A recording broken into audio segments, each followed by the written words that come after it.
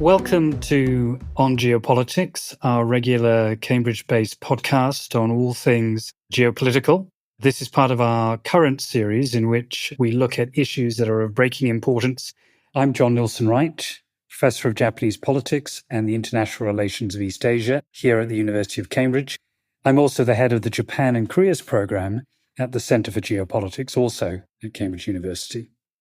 Today, I'm very pleased to say we are here to talk about the question of trilateral cooperation, or the lack of it, between the United States and its two principal Northeast Asian partners, the Republic of Korea and Japan. And in order to reflect on that, we are very fortunate to have an extremely distinguished long-term analyst and specialist on the subject, Professor Chungin, who is speaking to us from Vienna. Welcome, Chungin.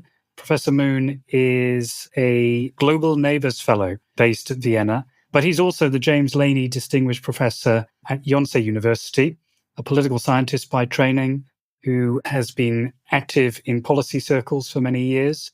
He is currently the editor-in-chief of Global Asia, a quarterly journal published in English, but with many contributions from specialists within the region. It offers a unique perspective on all matters East Asian. Professor Moon also served as the special advisor to former President Moon Jae-in from 2017 to 2021, a critical period of time, of course, when South Korea made major progress in developing a closer diplomatic and political relationship with the Democratic People's Republic of Korea, North Korea, and played a catalyzing role in ensuring that then President Donald Trump would meet with his North Korean counterpart. There was a great deal of hope and expectation that out of that would come an improved relationship with the DPRK. But today, as I mentioned at the beginning, we really want to focus on this question of trilateralism. If we think back to August of 2023, it was the then Biden administration that announced with great fanfare at Camp David, the president's private retreat, together with the then leaders of South Korea and Japan, President Yoon and Prime Minister Kishida, a new trilateral initiative enhancing cooperation between Washington, Tokyo, and Seoul in a raft of areas, signaling, I think, an urgent desire to strengthen alliance ties. Since then, of course, we've had a change of administration in the United States, the emergence of a new government led by President Trump that takes a very different approach, ostensibly, to alliance ties, far more transactional, far more unilateral, one might say, in terms of prioritizing American interests.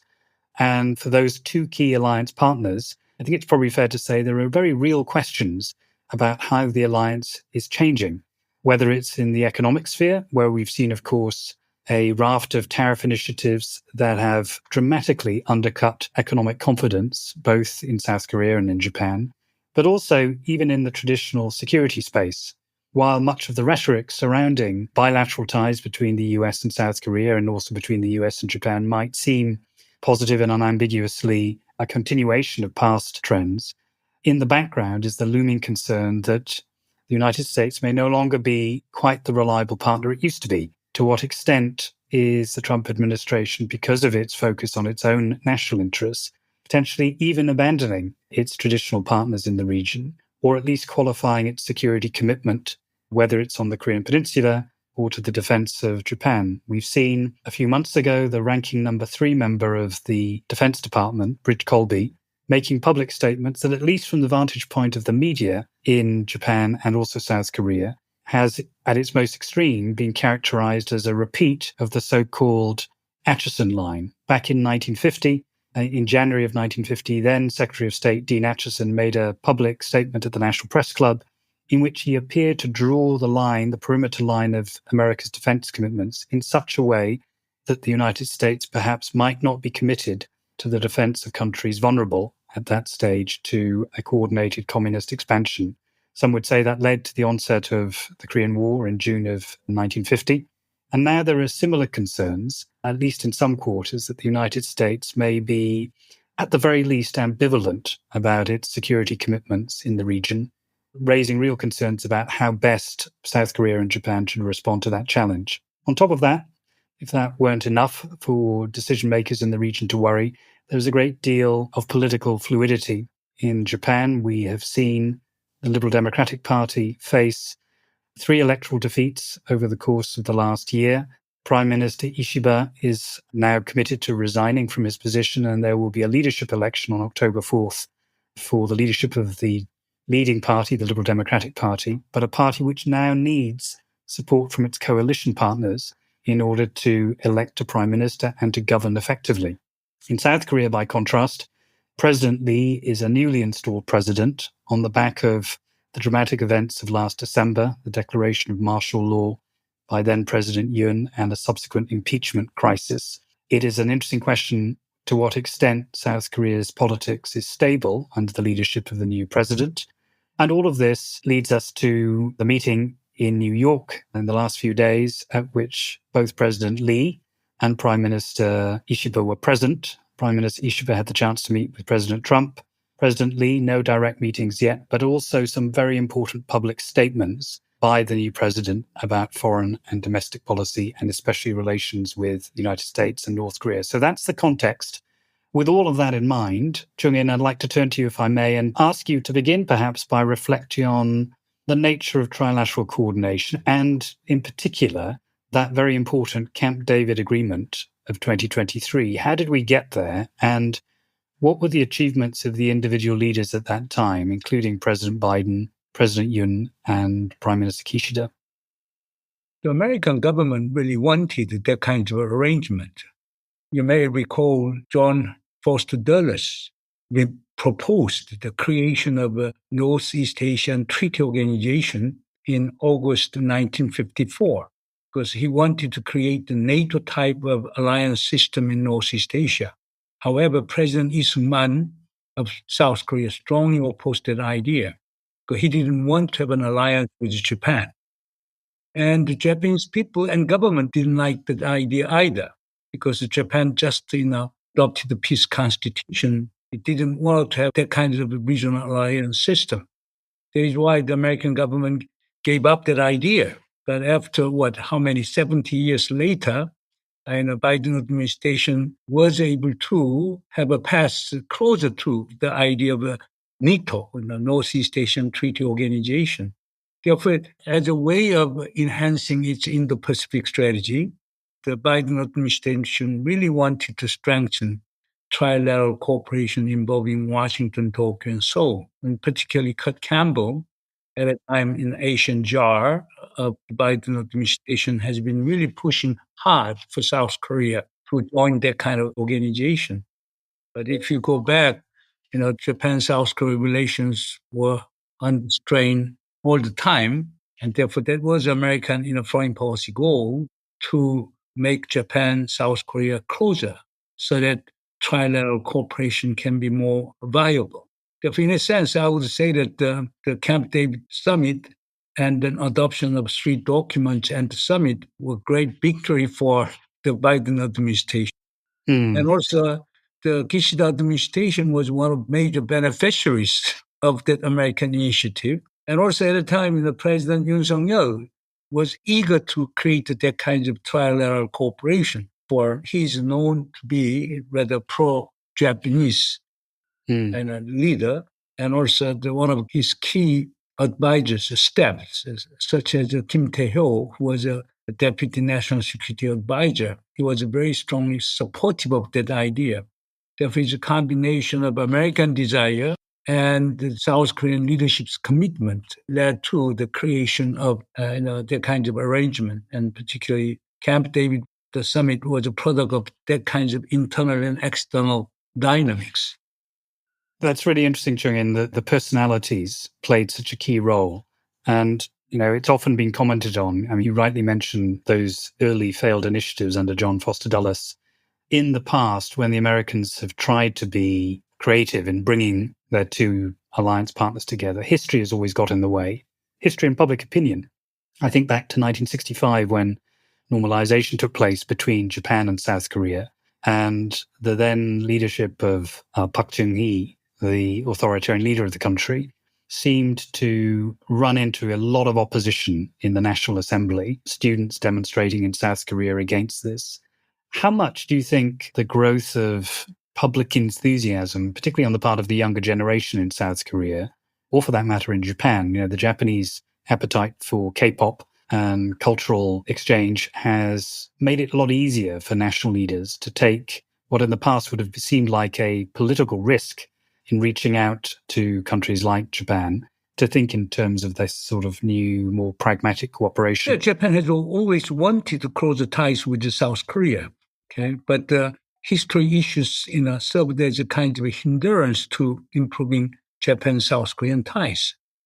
But in the case of South Korea, compared with 1965, there were no visible oppositions in South Korea. That is partly because of growing military threat from North Korea. And also they might have been concerned about, emerging China threat, whatever. But I would say that there was a kind of passive acceptance of Camp David summit agreement rather than strong support for the agreement. And particularly liberals and progressives in South Korea were extremely critical of that kind of arrangement because they argue that such a kind of trilateral, cooperation and coordination could, precipitate the rise of new Cold War structure in Northeast Asia, triggering kinds of counterproductive repercussions from Beijing and Moscow and Pyongyang. Therefore, liberals and progressives are still, critical of that kind of arrangement. They have been always arguing that, yeah, it is okay to enhance trilateral cooperation involving Washington, Tokyo, and Seoul, but there got to be corresponding measures to enhance cooperation involving Seoul, Tokyo, and Beijing. Okay, not one-sided, because one-sided cooperation can lead to the rise of new bloc politics, reminiscence of the Cold War. Therefore, they have been very critical.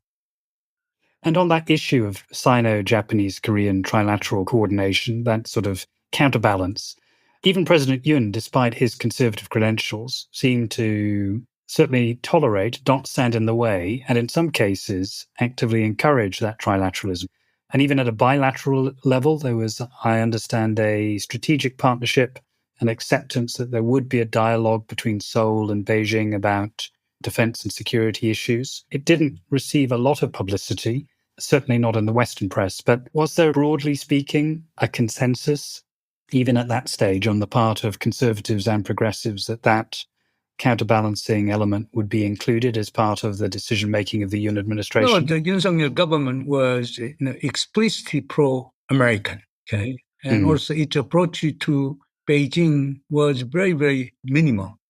Beijing was very reluctant to talk with the Yonsei government because Yonsei government openly supportive of the United States. And also it raised the issue of Taiwan, Strait, okay, South China Sea.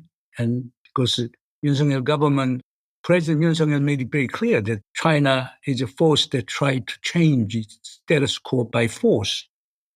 Beijing has a very negative perception of, the Yonsei government. And because of that reason, the Yonsei government has a very limited bilateral contact with Chinese government.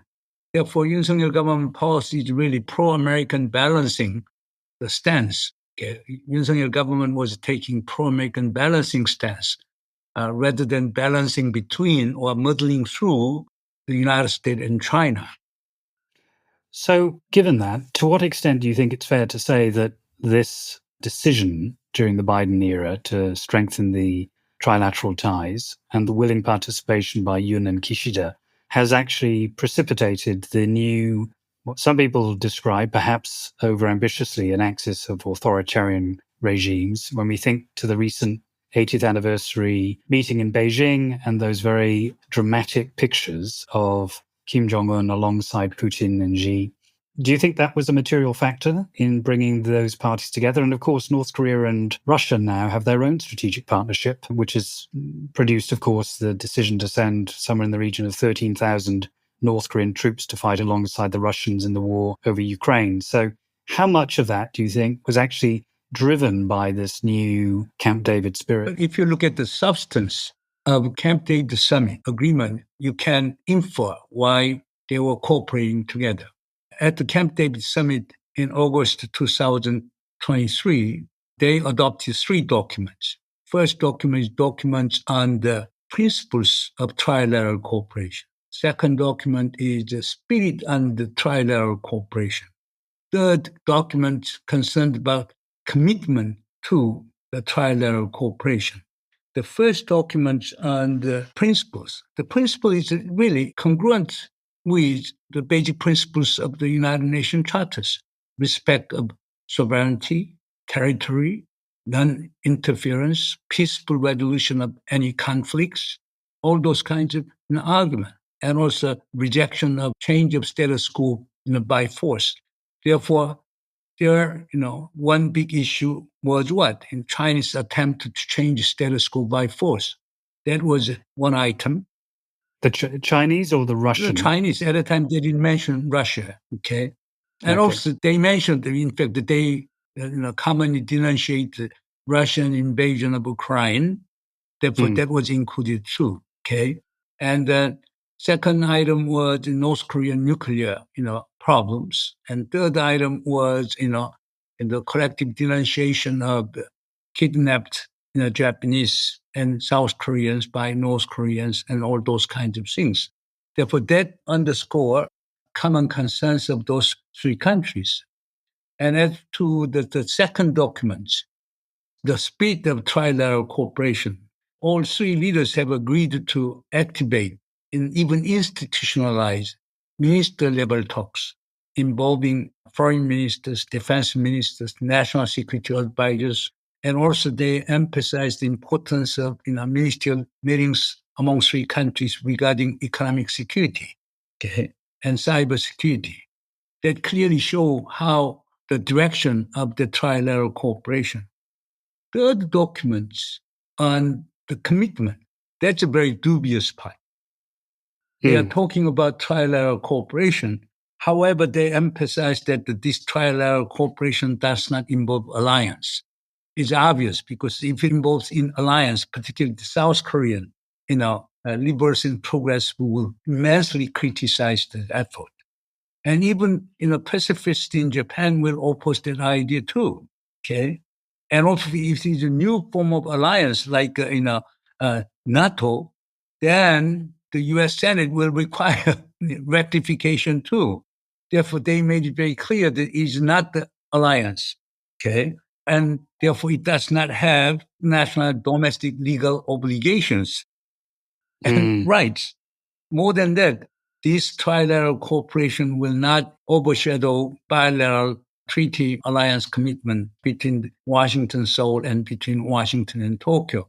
Therefore, it came up with great principles. Okay, it has defined the scope of cooperation, but finally, in terms of commitment, it didn't come up with kinds of major legal commitment to this trilateral cooperation. Therefore, this Camp David summit and the related documents emphasized cooperation on the one hand, but at the same time, it has revealed a very limited commitment on the part of three countries.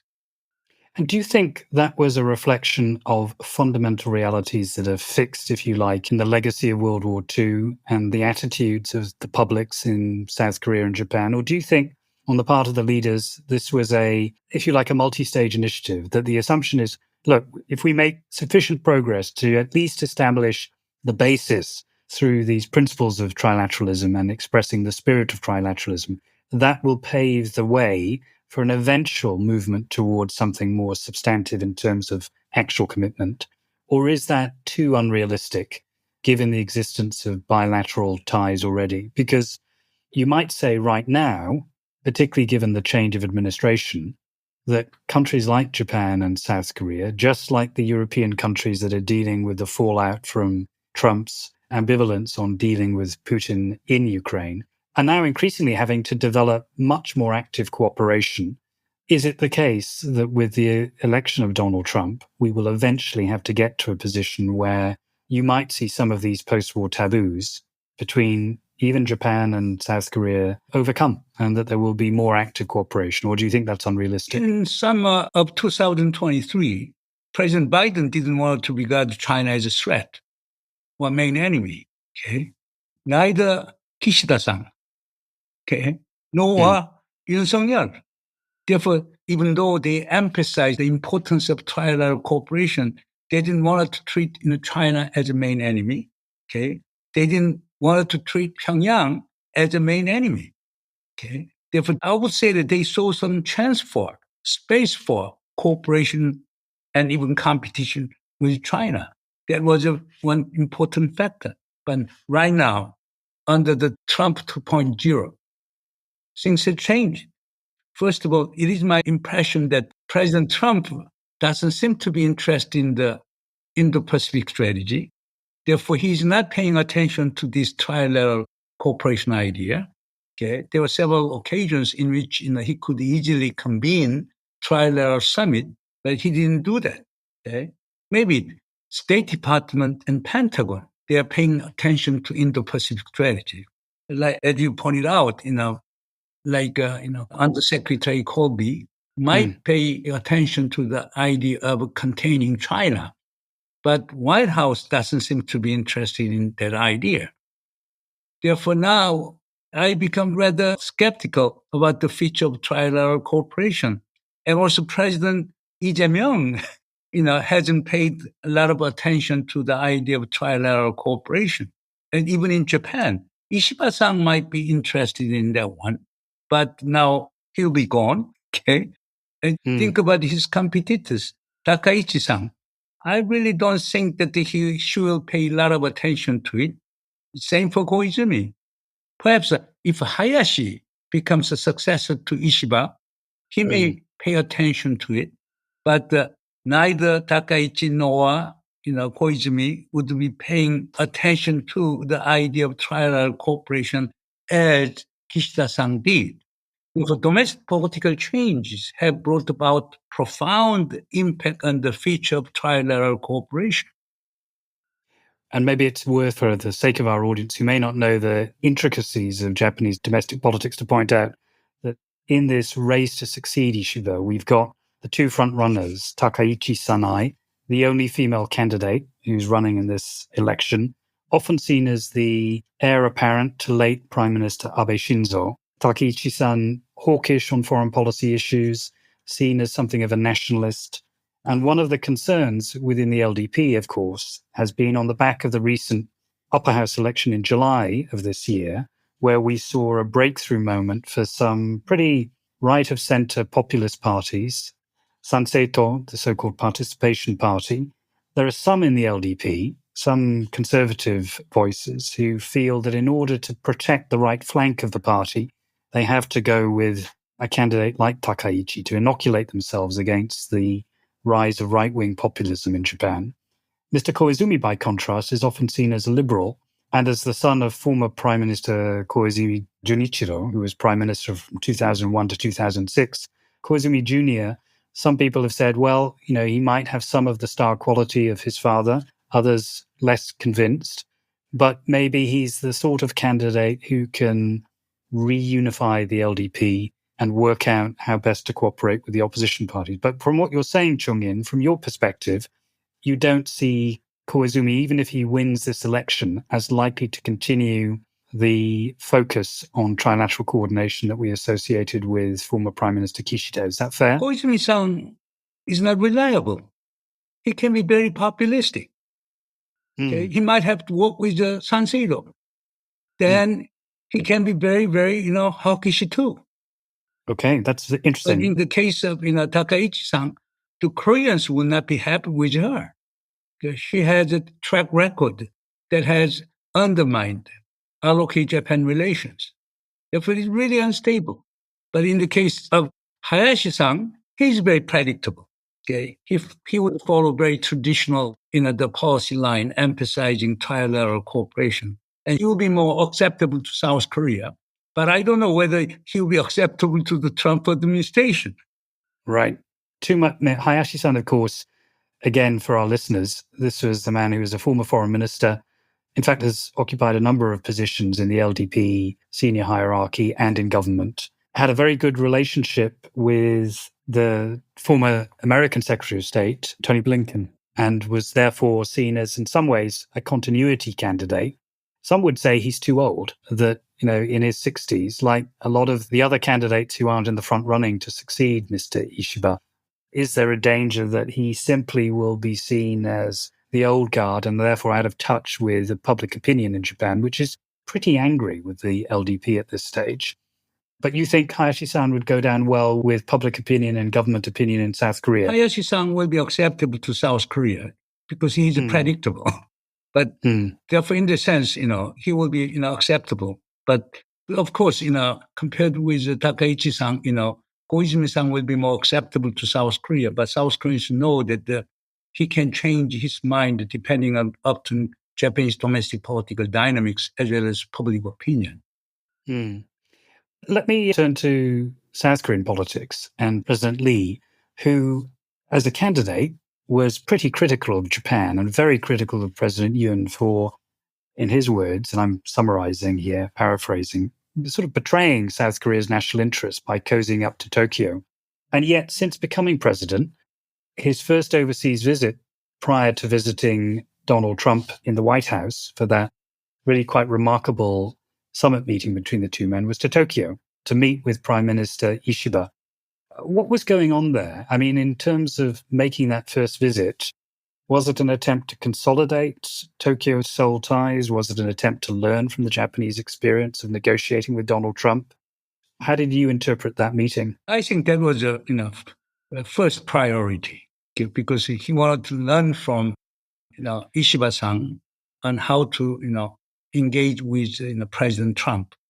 But that was a real motive behind his visit to Tokyo prior to Washington D.C.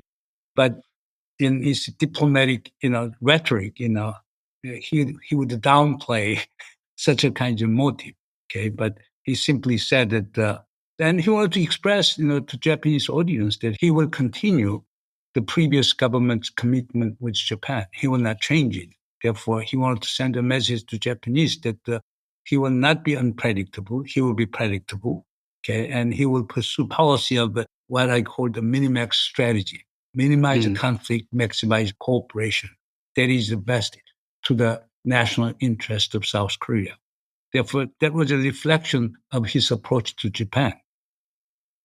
And, we're talking today, it's Saturday, the 27th of September, and when this podcast is released, it may well be the case that we will have seen an actual meeting again between President Lee and Prime Minister Ishiba. There's been an announcement in the last few hours, I think, that the two men are going to meet in Busan. The last time a Japanese prime minister and a Korean president met in Busan was back in 2005, when then Prime Minister Koizumi met with President Namu-hyun. What should we be expecting will come out of that meeting, do you think? But as you pointed out, Prime Minister Ishiba will be leaving office very soon. But President Jae-myung assured that he will revive shuttle summit diplomacy. Therefore, I think that his meeting with Ishiba-san in Busan reflects, his commitment to, shuttle diplomacy. Therefore, whoever becomes his successor in Japan, Lee Jae-myung will continue the tradition of shuttle diplomacy. And also, at the same time, Prime Minister Ishiba has been very kind to President Lee Jae-myung. Therefore, he wanted to reciprocate by, gradually, hosting the summit in Busan before he leaves his office. Therefore, it's a kind of goodwill gesture on the part of Lee Jae-myung. I want to sort of broaden our discussion a little bit in thinking about the foreign policy priorities of President Lee Jae-myung, because so much of his prior experience as a politician seemed to be in the kind of trench warfare of domestic politics, which can sometimes be extraordinarily brutal in South Korea, politically brutal in the sense that it's a zero-sum game. And yet, we've also heard from President Lee at the recent UN General Assembly meeting in New York, quite a few bold statements about what one might call strategy. He's come up with this notion of END when it comes to relations with North Korea, END being an acronym expressing exchange, normalization, and denuclearization. For progressive presidents, the relationship with North Korea has always been a critically important part of the broader foreign policy set of priorities. Right now, with Donald Trump having had such a huge impact on the norms of international diplomacy and geopolitics in general, do you think South Korean presidents can afford to be so single-mindedly focused on relations with the DPRK? And to what extent do you think President Lee has a genuinely comprehensive approach to foreign policy, or is the North Korean lens going to be the most important lens through which he thinks about foreign affairs? For Lee Jae-myung, the most important agenda is how to restore peace on the Korean Peninsula. His basic philosophy is this: winning the war is good, but winning without engaging in war is better. But most desirable and ideal is to create a situation in which there is no need for war. That means what? Peace. Therefore, that is his at the priority. Therefore, for him, reducing tension on the Korean Peninsula, building confidence between the North and the South, thereby create the environment for peaceful coexistence. Those are the most important ones. That is why his approach to the United States can be understood in the similar context. He proposed to President Trump, please, President Trump, you be a peace builder, peacemaker. I'll be a pacemaker. I'll be assisting you. Please meet Chairman Kim Jong-un. Okay? We won't care Korea passing. Because he knows if there is a revival of Trump, Kim Jong-un summit diplomacy, it will create a side benefit for South Korea through the resumption of inter-Korean talks. Therefore, yes, his focus is on the Korean Peninsula, but he wanted to utilize President Trump's diplomatic leadership in reviving dialogue and engagement between Washington and Pyongyang, and he's hoping that that would bring about the side benefit to inter-Korean relations. And also in his approach to nuclear issues too. If we put the denuclearization at the entrance of any kind of dialogue, North Korea will never come back to dialogue and negotiation. Therefore, let us be realistic. Therefore, freezing, halting North Korean nuclear missile activities will be the first step. Second, we may engage in nuclear and missile reduction talks. As for the complete denuclearization, it will take time. Therefore, we start with freezing and rolling back first. And then if we can build confidence among the parties involved, then we can talk about dismantling of North Korean nuclear weapons. But it will take time. But let us start with the more realistic steps. That is his approach. And that makes a lot of sense, given the scale of the challenge that North Korea represents, a North Korea which is now increasingly developing its conventional and its nuclear armory, if we believe some of the reports that are circulating, and is much bolder in asserting that it's willing to use nuclear weapons, tactically or strategically, in the face of anything that's deemed to be a hostile threat. So given the emboldenedness of the North, given the erratic nature of Donald Trump, and the challenges that all world leaders seem to be facing in trying to win the battle for what now I think is becoming perhaps the most important currency in global politics, which is attention rather than power. Capturing the attention of Donald Trump in particular seems to be one of the most important things that foreign leaders, whether European or Asian, face when they're trying to advance their own specific national interests. What makes you confident that President Lee has the skill, capacity, and roadmap, if you like, in terms of thinking about how to keep Donald Trump engaged, given all the competing attentions of the war in Europe, the war in the Middle East, and domestic politics, and Donald Trump's own desire to go after his own domestic political enemies?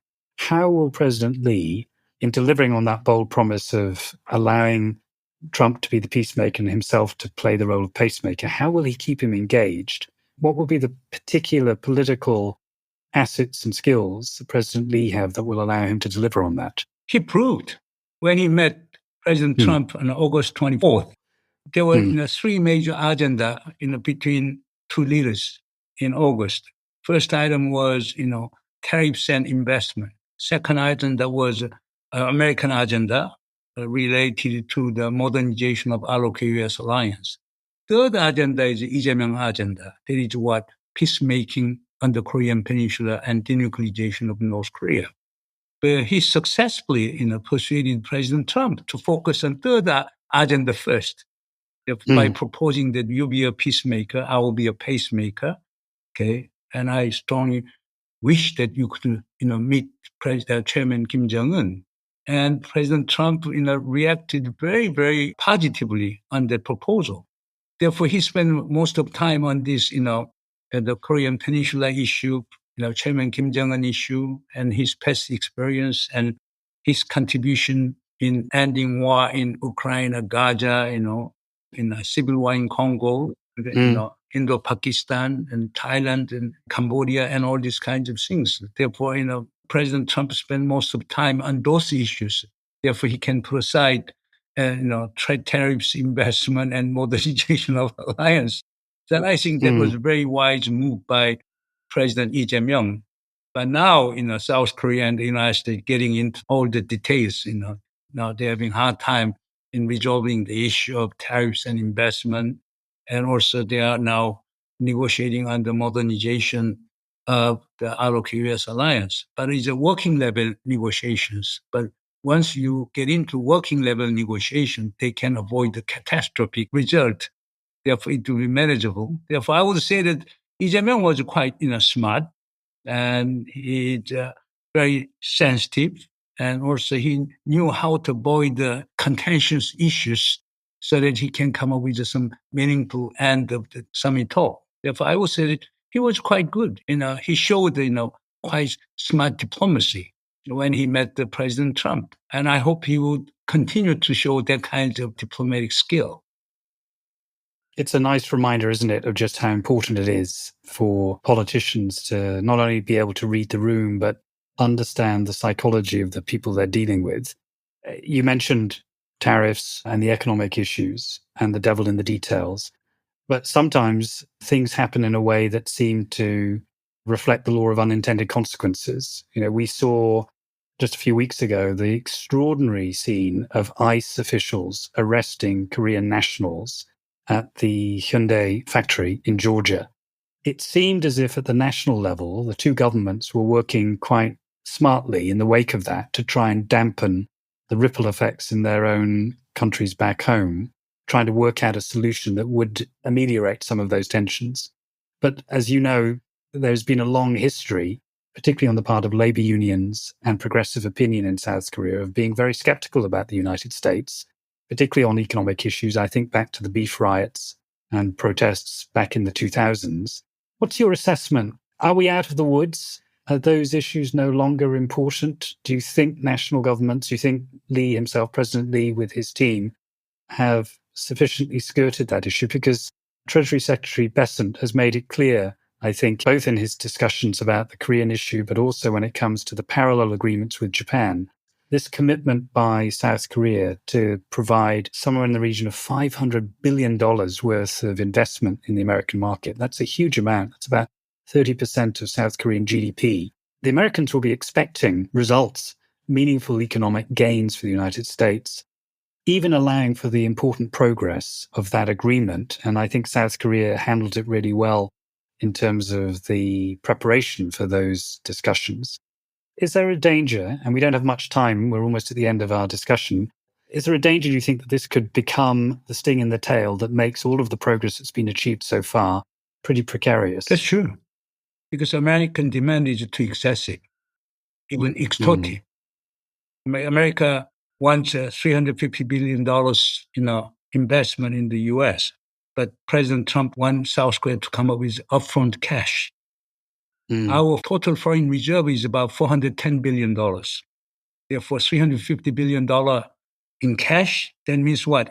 Almost 84% of our total foreign reserve. We cannot come up with it. And we asked the Americans, then you come up with a so-called unlimited currency swap. And the American government says no. But Japan has unlimited currency swap with the United States. South Korea doesn't have. Then we may encounter another IMF crisis, reminiscence of 1997. What is worse is this. The United States, the President Trump wanted to allocate those $350 billion as he sees fit. South Korea won't have any voice. And much worse is this. The U.S. wanted to get the 90% of profit on those investments. Therefore, President Lee Jae-myung is saying that's irrational. It is against market principles. and is against the national interest of the Republic of Korea. Therefore, Lee Jae-myung made it very clear we cannot accept it. Now, Rutnick and our defense and industry minister are negotiating, but President Lee Jae-myung's position is very clear. Therefore, he cannot accept extremely irrational and unfair demand by the United States. And I think the overall sentiment in South Korea is turning against the United States. Okay? There is a growing voice in South Korea. Yeah, let us accept 35% reciprocal tariffs. Okay? Why don't we give, if the government come up with subsidies for the exporters who lose money as a result of 35% reciprocal tariffs, that will be much cheaper. With what? $1.4 billion can compensate the losses of exporters to the United States. Okay? Therefore, there is that kind of sentiment in South Korea. Therefore, it's yet to be seen. It's a stark reminder, isn't it, that the numbers really do matter. The bottom line is not just a bottom line on a balance sheet, but it has real impact on the lives of ordinary Koreans. And you're evoking the memory of the IMF financial crisis of the late 1990s is, I think, a reminder of just how ultimately politics comes down to the hard realities of people's day-to-day lives. And in South Korea, of course, where there has been economic polarization alongside political polarization, it's important for all national leaders, including President Lee, to keep that in mind. We could go on at length, Chungin, about these issues, but I want to thank you for being so illuminating and reminding us of the details of what President Lee has achieved so far in navigating a pretty perilous route between these different agenda issues and managing relations with both Japan and South Korea. We will want, I'm sure, to revisit this in the future, but for now, I just want to thank you again for sharing your wisdom, and we look forward to more conversations in the future, and hopefully the trilateral coordination, important as it is, will continue to provide stability in an increasingly fractious and unstable world. Thank you very much. Thank you. It was my pleasure.